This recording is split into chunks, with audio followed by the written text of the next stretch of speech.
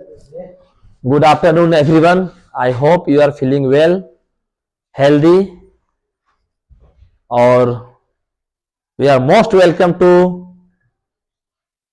join my YouTube classes. आज का topic हमारा साइंस का जो क्लास 8 के बोर्ड होने वाला है, उसी के लिए प्रिपरेशन करवाया जा रहा है। तो पूरे साइंस कंप्लीट करने के लिए जुड़े रहे हमारे YouTube चैनल से। आज हम लोग पढ़ेंगे संश्लेषित रेशे एवं प्लास्टिक। ठीक है, चैप्टर का नाम है।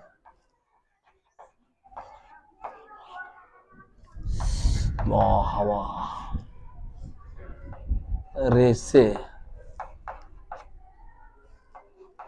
एवं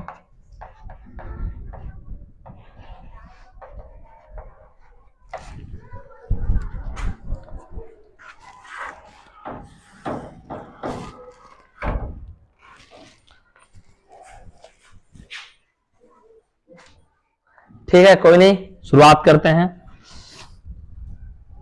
बस छोटा छोटा 2 टॉपिक रह गया है, कंप्लीट हो जाएगा तो रासायनिक भी कंप्लीट हो जाएगा, है ना। वर्तमान दैनिक जीवन में लकड़ी की जगह हम किस चीज का उपयोग ज्यादा कर रहे हैं। ठीक है, इस चैप्टर से हम लोग को प्लास्टिक के बारे में जानेंगे और उसका संश्लेषित रेशे के बारे में जानेंगे। ठीक है, जैसे वर्तमान दैनिक जीवन में लकड़ी की जगह हम किस चीज का उपयोग ज्यादा कर रहे हैं, तो प्लास्टिक। ठीक है, जैसे यह संश्लेषित रेशे क्या कहलाते हैं। आखिर मन में सवाल उठता होगा, सर होता क्या आखिर। तो ये कृत्रिम एवं मानव निर्मित है। कृत्रिम मतलब क्या होता है सर, जो किसी मानव के द्वारा बनाया जा रहा हो। तो संश्लेषित रेशे की भांति प्लास्टिक भी एक क्या होता है, तो एक कृत्रिम बहुलक है। देखो, कृत्रिम बहुलक ये सब चीज वर्ड थोड़ा सा डिफिकल्ट दे दिया है, ठीक है, लेकिन हम तो यही बोलेंगे कि जिस प्रकार से प्लास्टिक खुद से नहीं बना है, वो एक किसी ना कोई मानव निर्मित संसाधन के द्वारा बनाया गया है। उसी प्रकार से रेशे भी है, जो संश्लेषित रेशे है, वो भी प्लास्टिक के जैसा बनाया गया है मानव के द्वारा। जैसे पॉलिस्टर किस तरह की तंतु है, तो संश्लेषित। बेकेलाइट किस तरह का प्लास्टिक है, तो ऊष्मादृढ़। मजबूत रेशे जिनका उपयोग पैराशूट एवं चट्टान पर चढ़ने हेतु रस्सी बनाने में किया जाता है, तो क्या होता है, नायलॉन।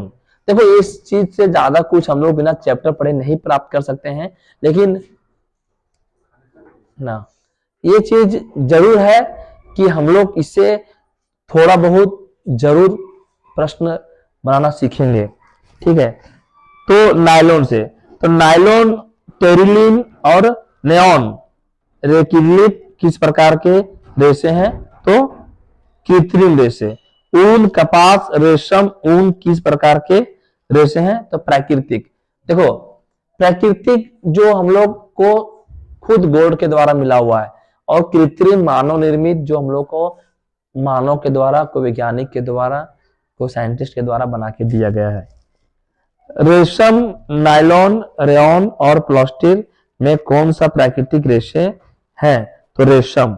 पदार्थ जो प्राकृतिक प्रक्रिया जैसे जीवाणु द्वारा अपघटित हो जाता है कहलाता है जैव निम्नीकरण। और पीवीसी, पॉलीथीन, बेकेलाइट आदि किस प्रकार के संश्लेषित है, तो बोलेंगे संश्लेषित पदार्थ। देखो, हम जितना चीज इसके बारे में बताए वो सब का सब प्लास्टिक से जुड़ा हुआ है। बोलो कैसे, बेकेलाइट, पीवीसी, बैकलाइट। देखो, बैकलाइट क्या होता है, मोटरसाइकिल का जो लाइट होता है ना, उसको बोलते हैं बैकलाइट। पीवीसी बोलते हैं जो वायर लगा हुआ ना, ये तार में कवर जाता है, कवर, उसको बोलते हैं पीवीसी, है ना। पॉलिनोमियल वेनल क्लोराइड, ऐसा ही कुछ रहता है। ठीक है, वो सब है प्लास्टिक से। तो हम लोग थोड़ा बहुत प्रश्न बनाते हैं, फिर हम लोग खत्म करेंगे चैप्टर को। संश्लेषित रेशे क्या कहलाते हैं, तो क्या कहलाते हैं, कृत्रिम एवं मानव निर्मित। ध्यान देते कल सुनो, समझ में आ जाएगा। संश्लेषित रेशे क्या कहलाते हैं? तो कृत्रिम एवं मानव निर्मित। निम्नलिखित में कौन प्राकृतिक रेशा है? तो कौन सा है? रेशम या तो ऊन। पॉलीथीन किस प्रकार का प्लास्टिक है? तो बोलेंगे थर्मोप्लास्टिक। क्या? हाँ, एक क्वेश्चन पूछने लायक है।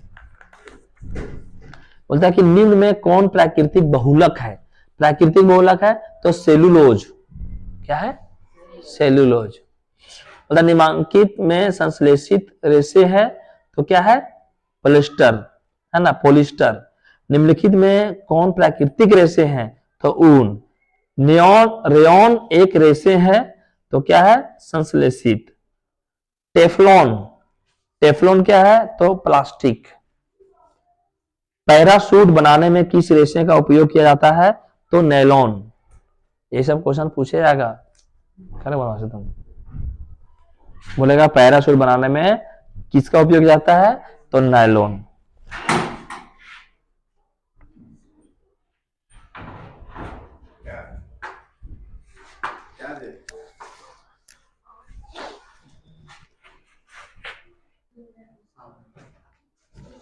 तो हम लोग बात कर रहे थे, कहां तक पहुंचे थे कि प्लास्टिक किस प्रकार का तंतु है?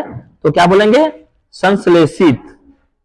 उसके पहले हम बात किए थे यहां तक पैराशूट से गए थे ना। कृत्रिम रेशम का दूसरा नाम क्या है जी? तो एक्रिलिक। एक्रिलिक। पॉलिस्टर किस तरह का तंतु है? तो हो जाएगा संश्लेषित। पॉलिस्टर की सामान्य किस्म है तो टेरिलिन।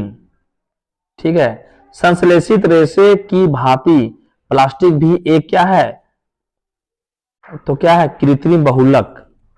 निम्नलिखित में से कृत्रिम रेशे हैं कौन है? तो टेरिकॉट। देखो ये चैप्टर थोड़ा टफ है, ठीक है, इसलिए उतना ही समझो जितना समझ में आ रहा है, ज्यादा नहीं समझना है, ठीक है। वर्तमान दैनिक जीवन में लकड़ी की जगह हम, इतना टाइम हो गया, जय श्री राधे।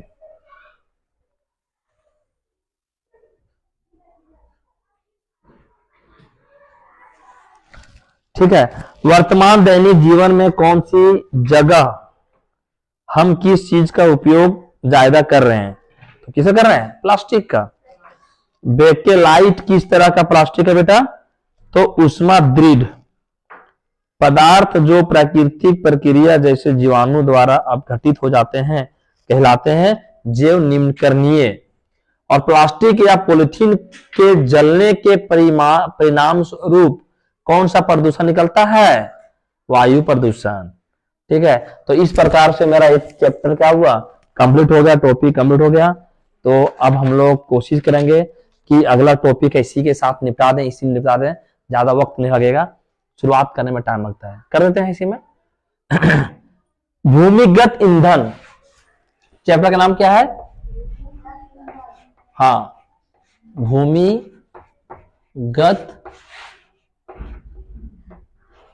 ईंधन। देखो, भूमिगत ईंधन का मतलब होता है, इसमें पढ़ते हैं प्राकृतिक गैस मुख्यतः क्या है? प्राकृतिक गैस बुझा रहा है क्या है? बताओ जरा। मीथेन। पेट्रोलियम का कौन सा उत्पाद सड़क निर्माण हेतु उपयोग में लाया जाता है? तो बिटुमिन, जिसको बोलते हैं पिच। तुम लोग तो बताइएगा।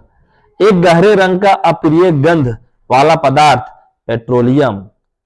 अप्रिय, जो ठीक नहीं लगता सुनने में। 3 क्वेश्चन है, 3 क्वेश्चन इंपोर्टेंट है।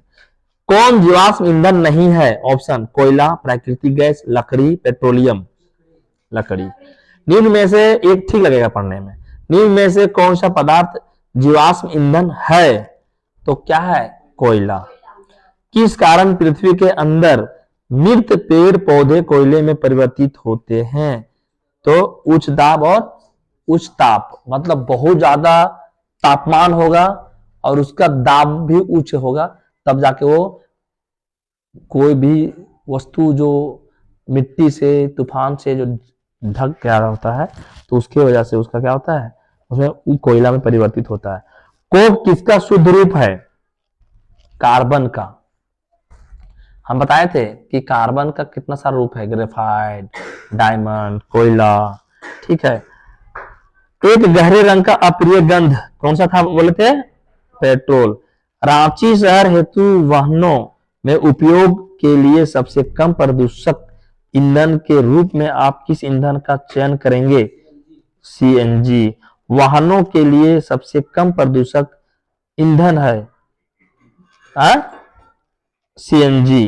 बहुत अधिक व्यावसायिक उपयोग के कारण पेट्रोलियम को कहा जाता है काला, हाँ, व्यावसायिक पेट्रोलियम को, ठीक है।